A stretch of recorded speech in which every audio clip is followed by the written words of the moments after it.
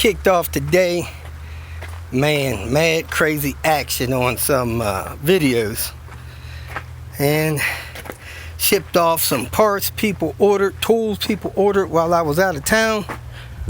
Now I'm looking for, man, somebody needs these tires. These tires look good.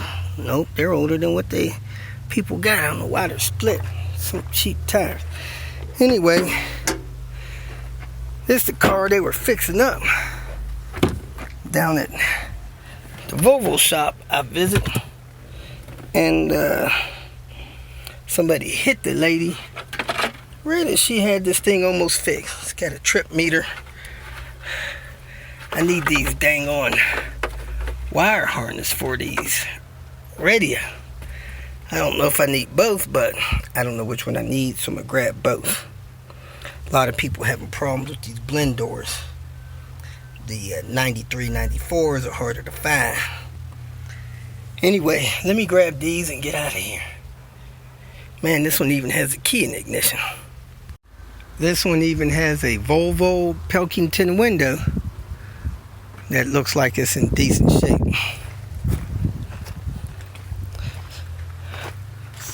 Didn't set off the airbag, so it didn't break it. Got a little scratch there. It's got some wear on it, but it don't have any cracks. I might pull this for one of the cars that I'm tinkering with. Somebody sent me a message about 960 door panels. There's a couple of bad ones back here with that vinyl stretched. Then they asked about the armrest. I don't even see that. Oh, there it is. Let me open up the door and take a closer look at this armrest so they can see what the armrest looks like. Armrest is totally destroyed. So are the cup holders. Here's the other 960 armrest. All that stuff is destroyed. This is just crap. I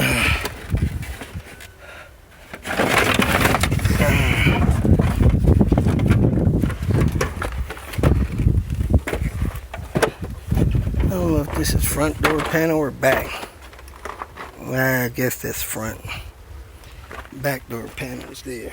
Let me go see if the vinyl's jacked up on it. Yeah, this door panel's destroyed as well. So, hard to find good door panels in 960s. We got the OEM radio wired in, and it powers on. Next is this blend door motor. The blend door motor that controls the directional flow is easy to access once you got that knee bolster removed. The other one for the heating and cooling is down there. So let me go ahead, pull this out, put the other one in, and test the flow. Went to replace the motor for the ECC, the defrost to front vent motor, and it appears that the control unit is bad. It's not controlling that motor or the floor vent motor. So we're going to swap that out tomorrow and pick up where we left off. Just stopped by my storage. For some reason I thought that was thinning out. It is not. Just put some CV axles in there that I need to install on my car. Went to go flash another tune on Panther. That did not work out. Got to find out what the problem with that is. Headed down to Socorro after I stopped by the post office to mail off my passports for renewal. If things go well, maybe I will visit my friends in Europe and other places next year. I'd like to go to Australia. However, people are warning me that Australia resists mammal life They said there's a lot of creatures and critters in Australia that try to snuff out the human race. Man, there's too many people down there for me to be worried about that. Anyway, I had to stop by the post office, drop off my passports, and head down to Socorro. Try to finish up that 850 build. Hey, how you doing? Making a quick stop by you pull and pay, dang it, to get a radio. I'm gonna cut the wires off the back long enough to do something with and see if they charge me for those when I exit. Other than that, I'm just trying to get a radio. But if I could get those connectors without additional charge, that'd be great. Just paid for those wires a couple days ago. I don't know, $4 or $5 a piece. So let's see how this goes. I'm gonna get the radio out of a 960. It should be a premium radio. The one I took to Socorro yesterday, the tape deck failed. And us old people, we like that stuff working. Got a new row out here of cars. Man, they are giving me every opportunity to get this window out of this S70. And I keep blowing it off. It says 70 has a decent windshield in it. 5.8. Volvo Pilkington. I think it has some wear but no chips. If it's here tomorrow, I'll get it, but I doubt it'll be here tomorrow. Just corrected the odometer with the OBD tool I have in my phone. Corrected the mileage on it, 200,820. Fixed the light bulbs. Now we're going to drop this in. Then we're going to see why this motors are not working. From what I could tell, the motor on this side that controls the face to the upper vents is not working, defrost. And then the one on this side from the face to the feet is not working. And we have another one of these ECC units to test it, because we replaced the motor on this side and that made no difference. So let us drop this cluster in here and then show you what's going on with this ECC. With the car on and the ECC on, you should be able to change the directional flow of that motor by switching from face vent to, what's this called, defrost. And the motor on this side up top here sends air to the feet. Neither one of those is working, so we're going to pull this unit out, swap in another one, and see if we can get that to work. Alright, we're going to turn this thing to face vent and then to, what's this thing up here called, defrost. See if it moves. Not moving, so we're going to start the car, see if that matters. Ooh, listen to that exhaust. The ignition is back.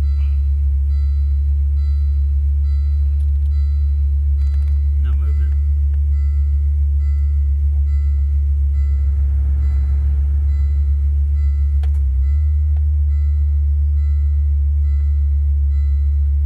Still flashing. Is it going to stop flashing? I hope so. Well, let's see if it stops flashing. What makes it flash? Errors in the system somewhere.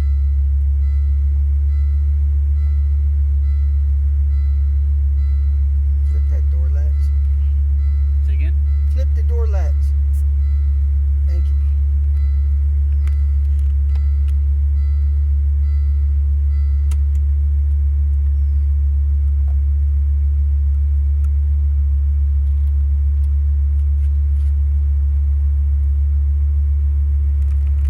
Okay, we got action on the recirc motor. Now let's see if we get action on this motor down here.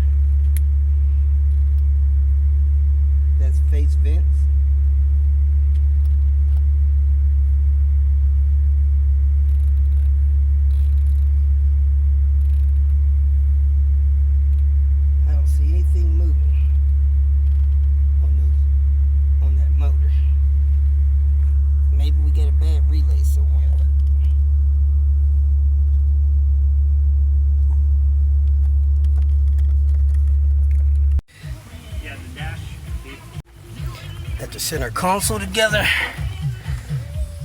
Getting ready to finish putting the dash pad on and put the speakers in, put the steering wheel together. Hunting again. I need to get through here, get a hard brake line for a driver's rear on the 850. Need to get a couple of recycle door motors for 94 cars and a little harness that's on them so I can test them. And something else I need out here I gotta check so I don't forget it. But quick junkyard run. It's a Veterans Day, so I get 15% off. Woohoo! This is how the exhaust is on this 850. You got a hanger going into the bracket there. A bolt on the other side goes into the bracket on the other side. You drop that down, there's another bracket with a bolt or two under it. So you got to have those two pieces to support this tailpipe. Alright, here's the hanger that's actually hooked up to the tailpipe loose from the other bracket there. That other bracket has one bolt in it, looks like a 14 millimeter. These other two bolts are 12 millimeter. Well, this car was actually built in October 93. So maybe it being a turbo had something to do with it having a 5-wire climate control box. So let's go see if we can find one with a 4-wire box. To test these recirc doors for the 93 to 94 that has MCC, it has 4 wires. The black wire is ground to pin 4, got it hooked up. The yellow with the lavender stripe, pin 1, is on positive. There shouldn't be any movement on the motor. If the motor is ratcheting, it's bad. Then you take one of these other wires and touch it to your positive, you should get movement. Then when you remove the wire, it should move back. So this yellow wire with the brown stripe, it'll rotate all the way back and stop. When you unplug the wire, it'll go back all the way to its original position. When you touch the white wire to the positive, it'll move a quarter of the way and stop. When you remove it, it'll move back and stop. But when you have the black wire hook up to black, the power hook up to pin 1, which is yellow with a lavender, it shouldn't be ratcheting. When they're bad, they ratchet. Stopped by this red 850 to replace a module from Midwest ABS, and 2 of the screw heads are stripped on the bottom side. So to preserve what core is left, or what is left of this core of a already repaired module, we're going to have to remove the whole ABS control system. I think I can get a T15 or T20 in there, or T20 or 25 in there to release this from the bracket. Then I need to take all these lines off. You got a 13, 13, 12 or 13, and 2 11s. So let me put something under there to start catching this brake fluid and get busy. If your module screws are stripped, it's best not to try to destroy everything getting it out. But if you take this lower bracket loose, you loosen this screw here, loosen this blind screw under here, remove this top screw here, you can take the ABS system bracket loose, take all the brake lines loose, draining off your brake fluid. You can get the whole unit out. Or you could try to get those 3 T25s loose and out, which is probably harder. So I go for loosening the 2 10s and removing the 1 pulling it all out on this bracket. Now you can flip this over and see the damaged screws, those two, and work on getting those out. Probably drill them out is a better choice.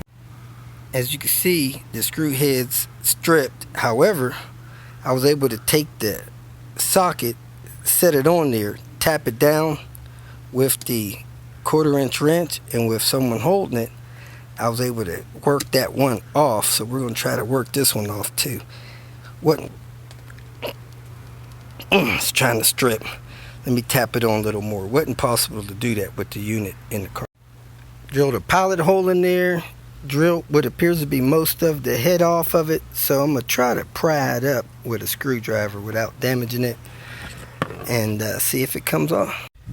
Drilled the head of that screw totally out, and now when you lift it off, the screw just comes out with your finger. So need another screw. Let us get to putting this back together. If you feel that this information was useful, please like it and share it with your social media friends.